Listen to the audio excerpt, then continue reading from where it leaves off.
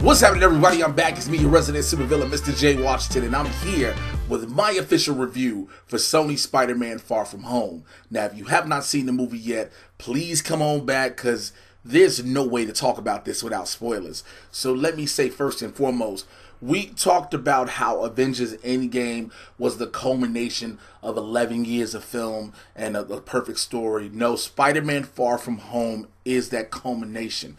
There was no better way to tie up this entire story and take you into the next than what they did here. Visually, this movie is phenomenal. Shouts out to Sony's visual department and the people they reached out to. The holographic effects, everything you see is amazing, and it goes on so many levels. You're like, yo, this shit is dope. So, the story, you know, pretty much the premise of the premise of it from the trailers. Peter and his class go on a field trip. Now, a lot of people were wondering, first and foremost, how do you address the snap? How do you address the snapping? How do you address people gone, then coming back? And they did it flawlessly. The school says what happens. Again, people, we know for a fact what happened, though, with people who were here, because we really talked about it with Peter's students, his classmates, People who were still around, they aged. People who were snapped didn't.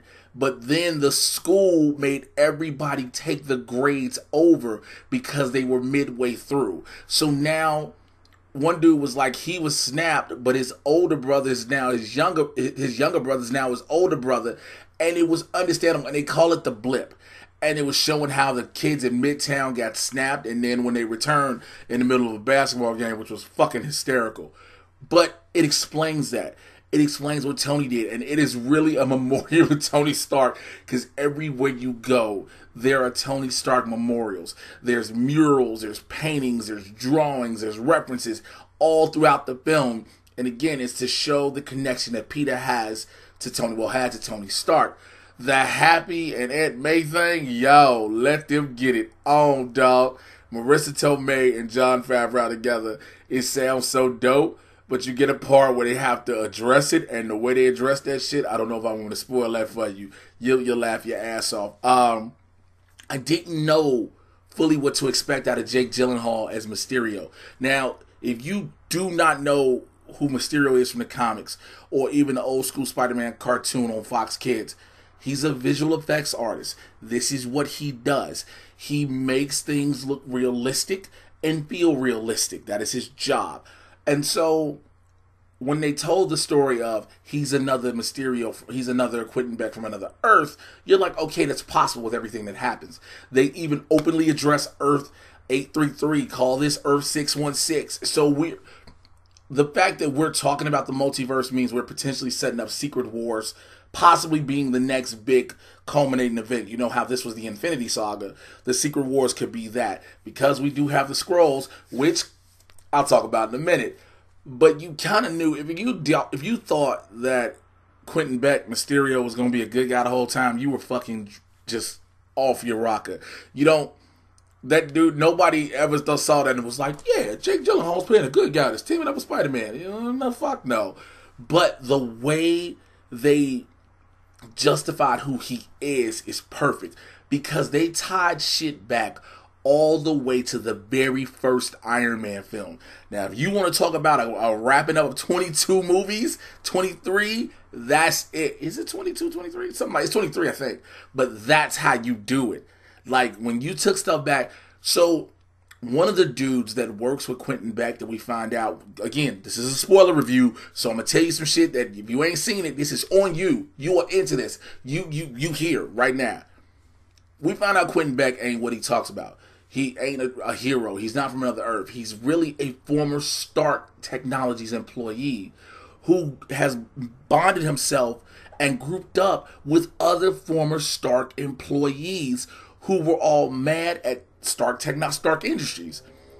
Remember the dude in Iron Man 1 that told Obadiah Stane that they could not recreate the arc reactor the way that Tony Stark did it? And then you had Jeff Bridges yell at him in a line that seemed like he forgot. He was like, Tony Stark built this thing in a cave with a bunch of scraps. Like that part.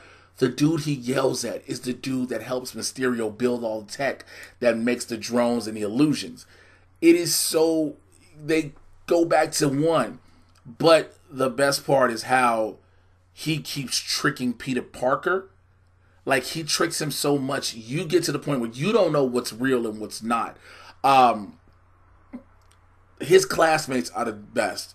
Ned, MJ, Flash, Betty, all of them are so dope. His teachers in Martin Starr and JB Smoove, fucking hysterical.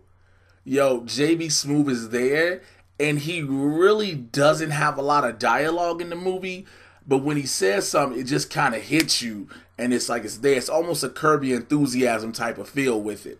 The suits are great, the way they do it, and Peter's conflict of, does he want to be Spider-Man or does he want to be Peter Parker? But he has to realize him being Spider-Man and him being an Avenger, it warrants a level of responsibility that at points he don't want to take on. I like what this movie is. The way it's done, and okay, so here's one of the big spoiler things. I didn't know if I want to tell y'all, but I'm gonna tell you, so fuck it. If you listen to the Mad Titan podcast, which you should do, so I can get you caught up on everything happening in the Marvel and DC live action and cinematic universes. About 3 months ago, I believe I had Winston Marshall on the episode.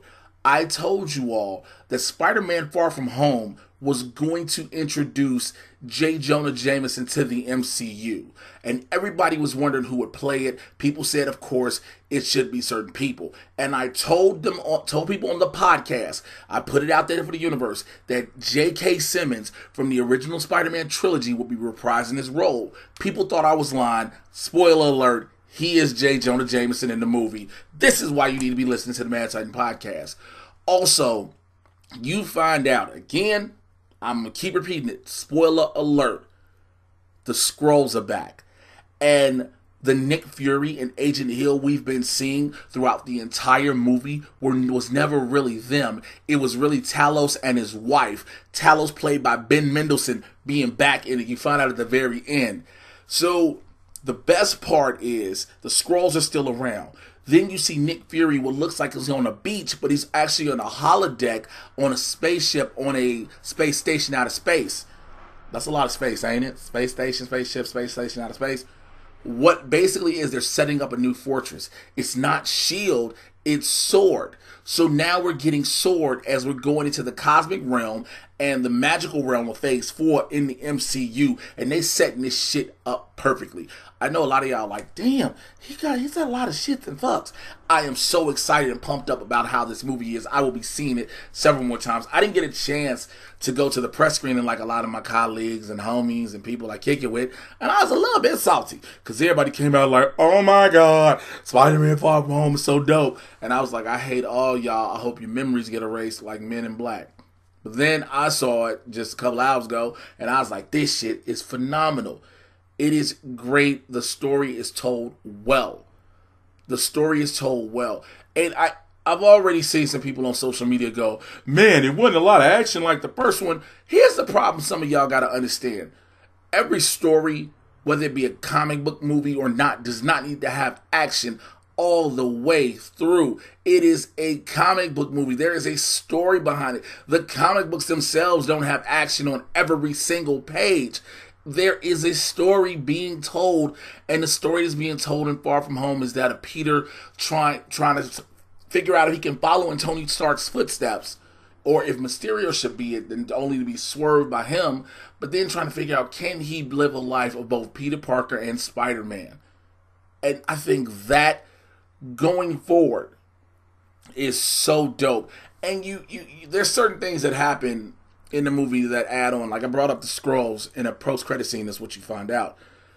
It was funny that if you don't catch on to a scene earlier. So we all seen the scene from the trailer where Peter is talking to Nick Fury in like a cave or tunnel. And he's like, yo, I'm just a friendly neighborhood Spider-Man. And Fury says, bitch, please, you've been to space. It makes you wonder now. It now puts into perspective when you realize it's a Skrull. Oh, that's something Nick Fury probably wouldn't have said, but then again, he probably would have. But his actions throughout the film lets you know, okay, so that is a different Fury. It is, but I know, spoiler, I know y'all like spoilers. Damn, Jay, this is what you came to watch. If you hear this far, you knew you were getting spoilers. So I'm sorry if I spoiled it for you or if I just hyped it up even more because I'm pumped about it. I'm going to see this movie again several times. I'm not going to lie. Shouts out to my AMC A-list. 3 movies a week. So, but if you've seen it, let me know your thoughts in the comments below. Like, subscribe, click on the notification bell. Did you feel this was the perfect ending to the entire Infinity Saga and open up the doors, or did you not? I want to hear from you, alright? Make sure you follow me on Twitter and Instagram at Mr. J Washington. That's MRJAY. You should know how to spell Washington. Join my supervillain squad. Patreon.com/Mr. J Washington. And check out the Mad Titan podcast, like I told you about earlier, where I get you caught up on everything that's happening in the Marvel and DC live action and cinematic universes. It is barbershop talk for nerds, so come on in the convo, alright? I will holler at you guys later. Take care. I'm out here. Peace.